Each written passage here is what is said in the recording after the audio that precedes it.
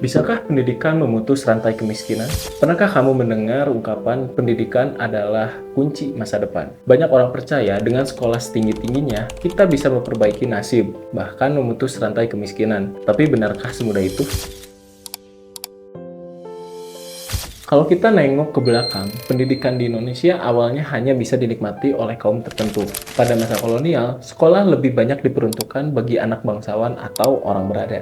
Namun sejak kemerdekaan, pendidikan mulai dibuka untuk semua kalangan. Pemerintah membuat kebijakan sekolah dasar gratis agar setiap anak, kaya maupun miskin, punya kesempatan belajar. Seiring waktu, lahirlah beragam program, mulai dari wajib belajar 9 tahun hingga Kartu Indonesia Pintar. Artinya, sejak dulu, pendidikan selalu dipandang sebagai jalan keluar, bukan hanya untuk mencerdaskan bangsa, tapi juga untuk memperbaiki taraf hidup masyarakat. Tapi mari kita jujur, masalah kemiskinan di Indonesia itu masalah besar.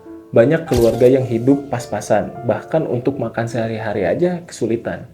Akibatnya, anak-anak mereka seringkali harus membantu orang tua bekerja daripada melanjutkan sekolah. Di sisi lain, ada juga yang sekolah, tapi kualitas pendidikan di daerahnya masih jauh tertinggal. Guru terbatas, fasilitas minim, dan kurikulum yang kadang tidak nyambung dengan kebutuhan dunia kerja. Inilah yang membuat kemiskinan seperti lingkaran setan. Orang tua miskin, anak sulit sekolah, dewasa nanti, anak tetap miskin. Dan siklus ini berulang dari generasi ke generasi.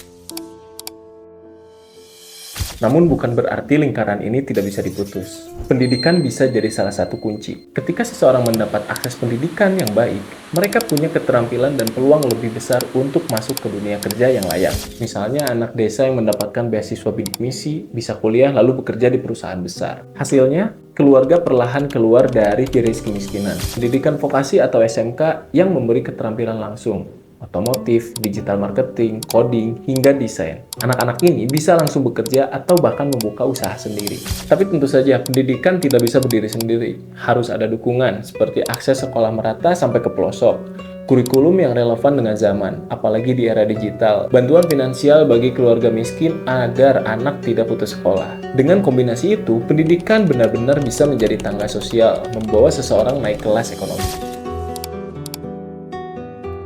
Jadi, apakah pendidikan bisa memutus rantai kemiskinan? Jawabannya, bisa.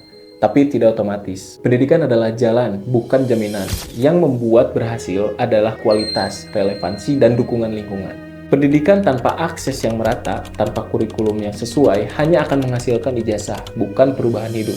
Namun, jika dikelola dengan benar, pendidikan bisa jadi senjata paling ampuh untuk mengubah nasib seseorang dari yang dulu terbatas menjadi masa depan yang jauh lebih cerah. Karena itu, kita semua punya peran. Pemerintah, sekolah, guru, orang tua, bahkan kita sebagai generasi muda. Mari jadikan pendidikan bukan hanya sekedar kewajiban, tapi sebuah kesempatan emas untuk memutus rantai kemiskinan.